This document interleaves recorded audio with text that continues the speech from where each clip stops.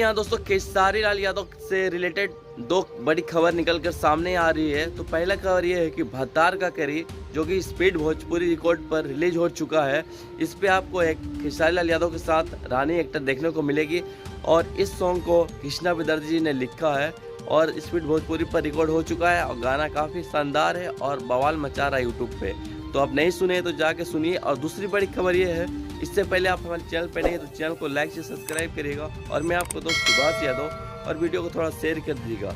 दूसरी बड़ी खबर ये है कि नागिन जो गाना बहुत दिन पहले शूट हो चुका था, वो सारेगामा हम भोजपुरी से आ रहा और उसका टीजर आज 11 बजे यानी कि 21 तारीख को 11 बजे रिलीज होने वाला है।